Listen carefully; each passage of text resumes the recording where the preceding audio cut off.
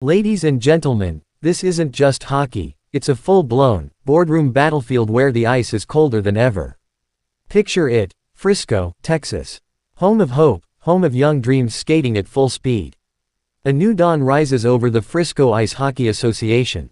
And at the helm, none other than Lisa Bry, a woman of courage, a voice for parents, a shield for young athletes, elected president to bring change, accountability, and a slap shot of truth into the rink. She didn't come with drama. She came with purpose, with clarity, with a mission straight from the hearts of concerned families. And her first move, she listened to the people. She honored their words. She looked at the overwhelming feedback and said, no more mediocrity. No more excuses. Two coaches, deeply unpopular, were handed their walking papers. Not out of spite, not out of politics, but out of integrity. But oh no, the story doesn't end there. Because when Lisa Bry walked into what should have been a civil meet and greet, when she entered that rink office expecting a handshake and mutual respect, she didn't find warmth. No, she found cold-blooded intimidation. Keith Andresen, a name not of encouragement, but of empire. A high-ranking executive of a $2 billion machine known as the Dallas Stars. A team that controls the ice, controls the turf, controls the space where dreams are born and bruises are earned.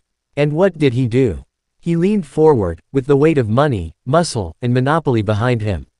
And he said those words that rang out like a steel pipe on plexiglass. Let me remind you where you get your ice from. Let that echo. Let it ring through every locker room.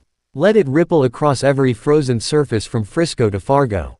This wasn't business. This wasn't dialogue. This was a threat. A corporate Goliath trying to choke out a local nonprofit because they dared to act with independence. Lisa Bry stood there, not just as a president, but as a parent. As a protector. As someone who knows that silence is surrender, and compromise is a cut that never heals. She faced the frost of power. She stared into the eyes of a man who thought ice time was a leash. And what did she do? She didn't flinch. She didn't back down. She didn't retreat to the locker room. No, she stood tall in the face of that towering machine and said without words, you may own the rink, but you don't own us. Because ice is where warriors are made. Because hockey is about courage, not control. Because every young player out there, every kid lacing up their skates, is bigger than one executive's ego. This isn't just a turf war. This is a battle for the soul of community hockey. For parents who want to be heard. For players who deserve safe, supported environments. For nonprofits that aren't for sale. Lisa Bry didn't start this fire, but she sure as hell isn't letting it freeze over. This is the power of one voice. This is the moment where courage meets ice. And this, my friends, is far from over.